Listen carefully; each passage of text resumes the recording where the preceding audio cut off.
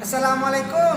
Waalaikumsalam warahmatullahi wabarakatuh.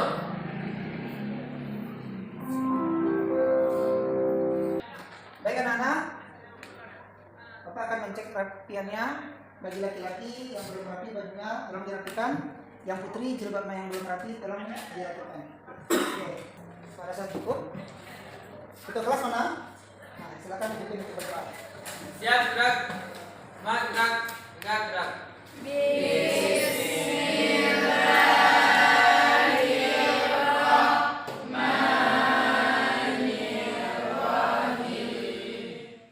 Bapak akan membacakan absen.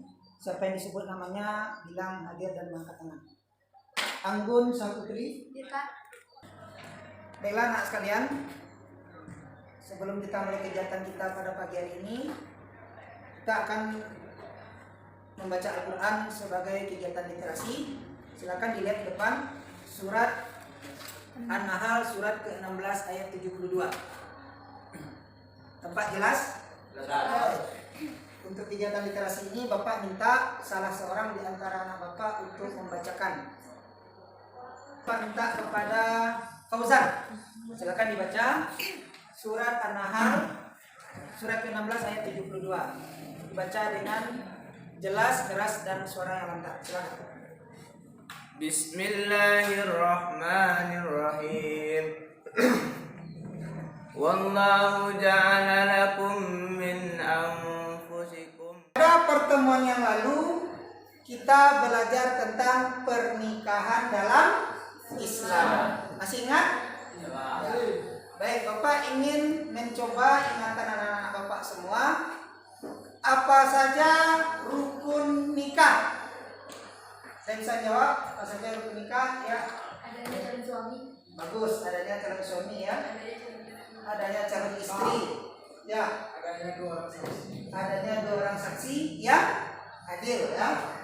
Selanjutnya, kita semua adalah warga negara Indonesia. Negara kita adalah negara hukum. Negara yang sangat menjunjung tinggi keterlaksanaan hukum bagi warga negaranya.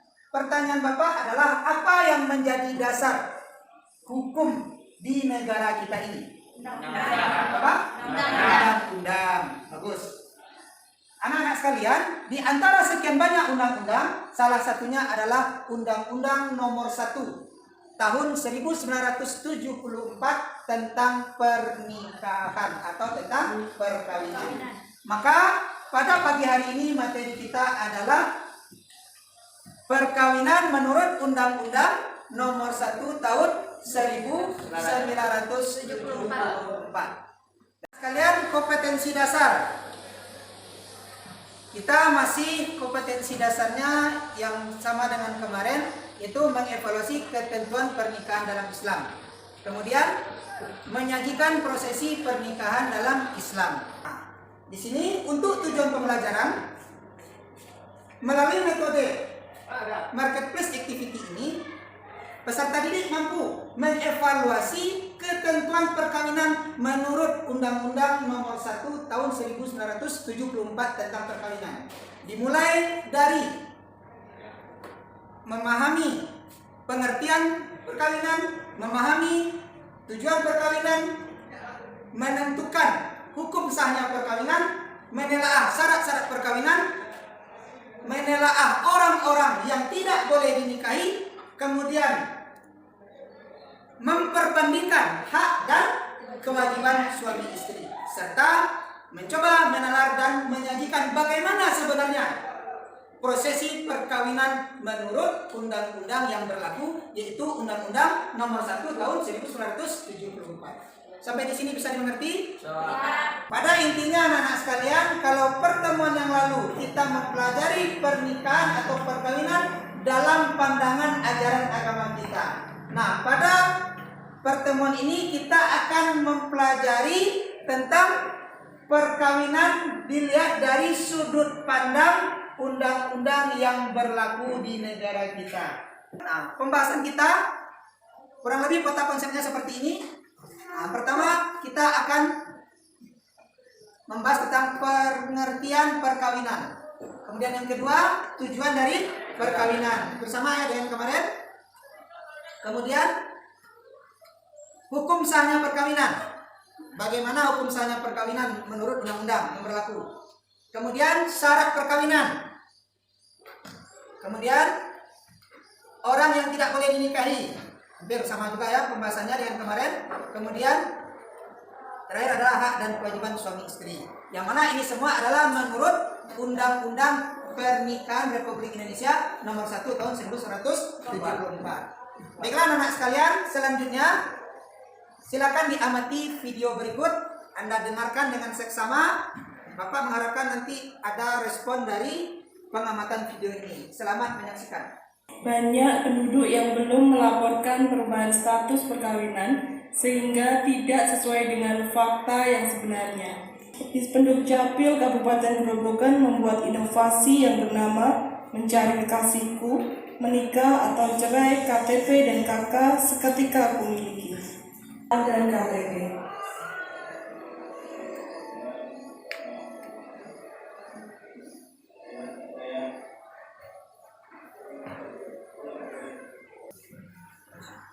Sekarang dari video ini, apa pesan atau informasi penting yang bisa kita ambil?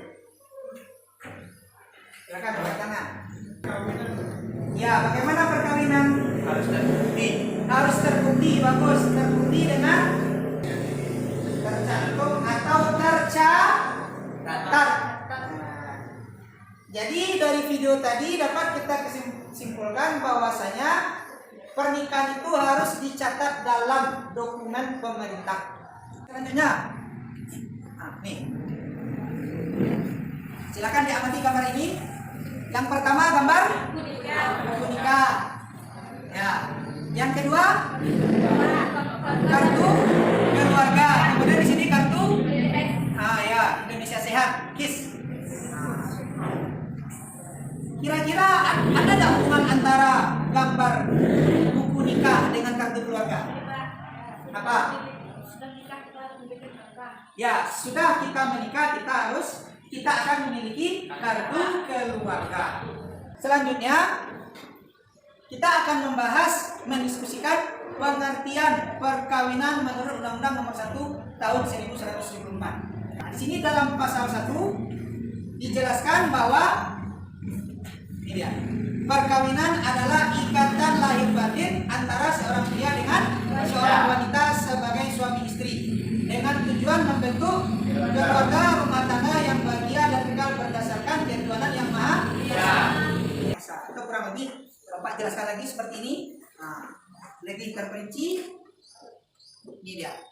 Tujuannya adalah membentuk keluarga atau rumah tangga yang bahagia dan kekal berdasarkan ketuhanan yang maha esa. Selanjutnya kita akan diskusi kelompok. Tolong perhatikan. Kelompok 1 Rahmat, Anggun, Wahyu, Fani dan Fauzan. Apa pembahasannya ini? Menentukan hukum sahnya perkawinan. Jadi Anda menentukan nanti sah atau tidaknya perkawinan ya dalam undang-undang tersebut. Bagaimana Anda menentukan hukum sahnya perkawinan? Kemudian kelompok 2 Razlan, Anissa, Rizky, Dila dan Valen. Pembahasannya adalah menelaah syarat perkawinan.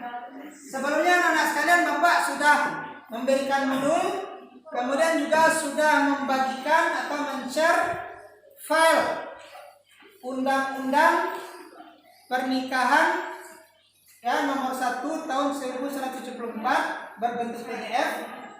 Nah, di situ dijelaskan. Jadi nanti Anda cari, Anda telaah ya. Anda telah apa syarat perkawinan yang ada dalam undang-undang tersebut. Selanjutnya kelompok 3 Robi, Vivi, Teddy dan Asih. Pembahasannya adalah menelaah orang yang tidak boleh dinikahi. Nah, dicari di sana. Ada telaah siapa saja mereka yang tidak boleh kita nikahi menurut undang-undang yang berlaku. Dan kelompok terakhir kelompok 4 Revi, Wulan, Dani dan Nova, Salsa. Pembahasannya adalah memperbandingkan hak dan kewajiban suami istri. Jadi di sini ada memperbandingkan. Tingkatannya lebih tinggi lagi. Anda harus bisa membandingkan dalam undang-undang. Oh, ternyata ini adalah hak suami. Oh, ini adalah hak istri. Oh, ini adalah kewajiban suami ini adalah kewajiban istri. Jadi levelnya Anda bisa membandingkan. Sampai di sini ada pertanyaan? Tidak? Bisa dipahami? Nah, setelah ini silakan duduk berkelompok, duduk dengan tertib. Kelompok 1 di sini, 2, 3, 4. Untuk lebih menarik kegiatan pembelajaran kita, Bapak telah menyiapkan nama kelompok. Kelompok pertama adalah kelompok Abu Bakar As-Siddiq. Kelompok kedua adalah kelompok Umar bin Khattab. Kelompok ketiga adalah kelompok Utsman bin Affan. Dan kelompok 4 adalah kelompok Ali bin Abi Thalib. Ya, silakan Anda setelah ini buat kelompok. Silakan. Sudah siap? Siap. Kelompok Umar sudah siap? Siap. Kelompok Utsman siap? Siap. Kelompok Ali siap? Siap. Baik.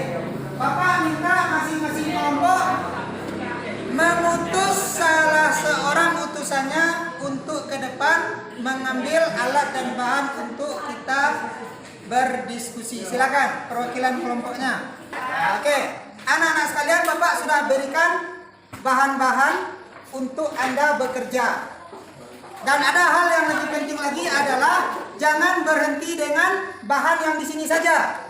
Sekarang zaman teknologi canggih, Anda sangat diperbolehkan menambah referensi dari internet. Silakan Anda cari, Anda gali informasi-informasi tersebut, kemudian Anda tuangkan di dalam tulisan. Paham semua? Bapak beri Anda waktu 30 menit untuk mengerjakannya. Setelah 30 menit semuanya sudah selesai. Bapak akan menilai Anda secara pribadi dan juga secara kelompok. Nah, nanti di akhir Bapak akan memilih siapa nanti kelompoknya yang terbaik dan juga nanti siapa sales terbaik dari masing-masing kelompok yang ada. Ya, silakan bekerja dengan tertib. Apa maksudnya hukum sah perkawinan tersebut? Apa maksudnya kira-kira? Ya. Ya. Bagaimana hukum menurut Undang-Undang Nomor 1 tahun 1974 itu bagaimana? Kalau dalam pasal 2, perkawinan sah apabila dilakukan menurut Ini kelompok Utsman bin Affan. Utsman. Oh, ini Utsman bin Affan ya. Pembahasannya apa tadi? Orang yang tidak boleh dinikahi menurut undang-undang. Nah, di sini Anda menelaah, ya, bukan hanya menyebutkan menelaah. Jadi sudah ketemu di pasal berapa?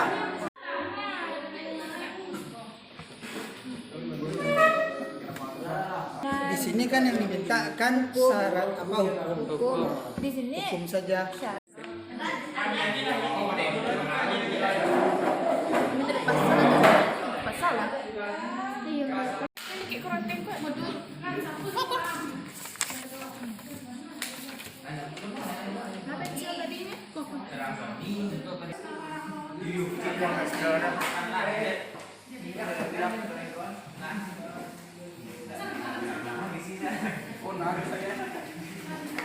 Tempel hasil karyanya di masing-masing toko Anda. Cari spot yang bagus. Silakan boleh dipindah tempatnya. Cari spot yang bagus. Silakan. Ya, tempelkan dekat. Muncul ya.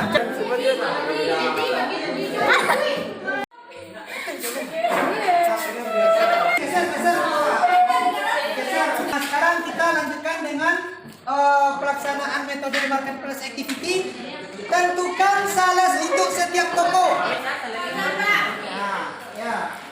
Ini salesnya toko Abu Bakar. Oke. Ya. Ini siapa yang jadi sales? Apa sales? Bakar. Sekarang sama seperti kemarin. Setelah Bapak beri waktu nanti, selain sales silakan berbelanja informasi ke toko yang lain. Dengan catatan Anda berbelanja informasi, Anda catat informasinya.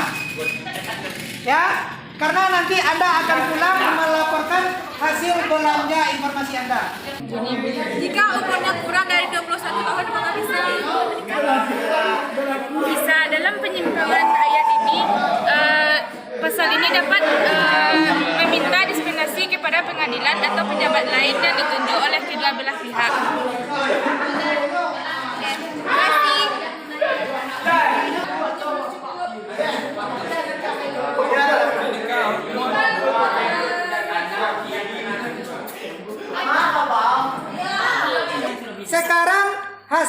belanja informasi dilaporkan kepada sales di tokonya masing-masing. Silakan.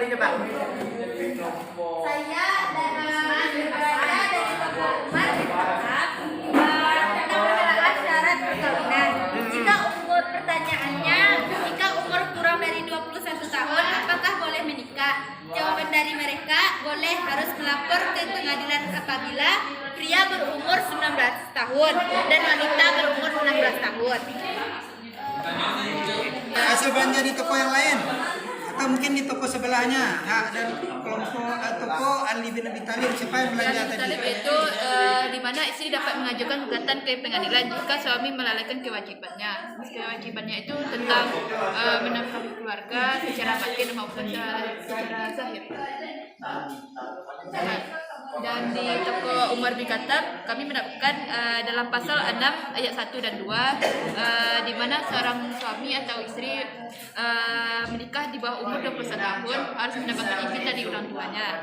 Dan dalam pasal 7 ayat 1 dan 2 di mana laki-laki harus berumur 19 tahun dan untuk menikah 19 tahun untuk laki dan 16 tahun untuk perempuan. Dan tentu saja untuk mendapatkan izin dari orang tuanya. Jadi dari hasil penilaian Bapak akan memilih dua sebagaimana Pak sampaikan tadi. Pertama sales terbaik, kemudian yang kedua adalah kelompok terbaik. Pertama mulai dari sales terbaik ya. Sales terbaik bagaimana dia memberikan jawaban atau bagaimana dia memuaskan pelanggannya berupa memberikan informasi yang dia dapatkan. Tentu jika pelanggan itu memahami dan puas dengan jawaban, berarti dia sudah berhasil menjadi sales yang baik. Maka Bapak putuskan untuk sales terbaik adalah dari kelompok Utsman bin Affan. Silakan ke depan. Kemudian untuk kelompok terbaik, banyak sekali penilaian termasuk juga kerjasama dari awal, dari proses sampai hasil, sampai juga banyak ya. Maka untuk kelompok terbaik adalah kelompok Umar bin Khattab. Jadi anak-anak sekalian, untuk aja menyusul sekarang Bapak ucapkan selamat saja dulu. Selamat kepada kelompok Umar bin Khattab dan selamat kepada saya dari Utsman bin Affan. Dari tokoh Utsman bin Affan. Kita beri aplaus dulu. Silakan kembali ke tempat. Nah, kita sekarang akan mencoba menyimpulkan bersama materi kita pada pagi hari ini. Penekanan saja dari bagaimana hukum sah perkawinan menurut undang-undang. Sahnya perkawinan adalah jika dilaksanakan menurut ajaran agama. Tapi ingat, tetap walaupun sudah diberi dispensasi, tetap harus mendapat izin dari orang tua. Yang kedua, dicatat menurut peraturan perundang-undangan. Baik anak-anak sekalian.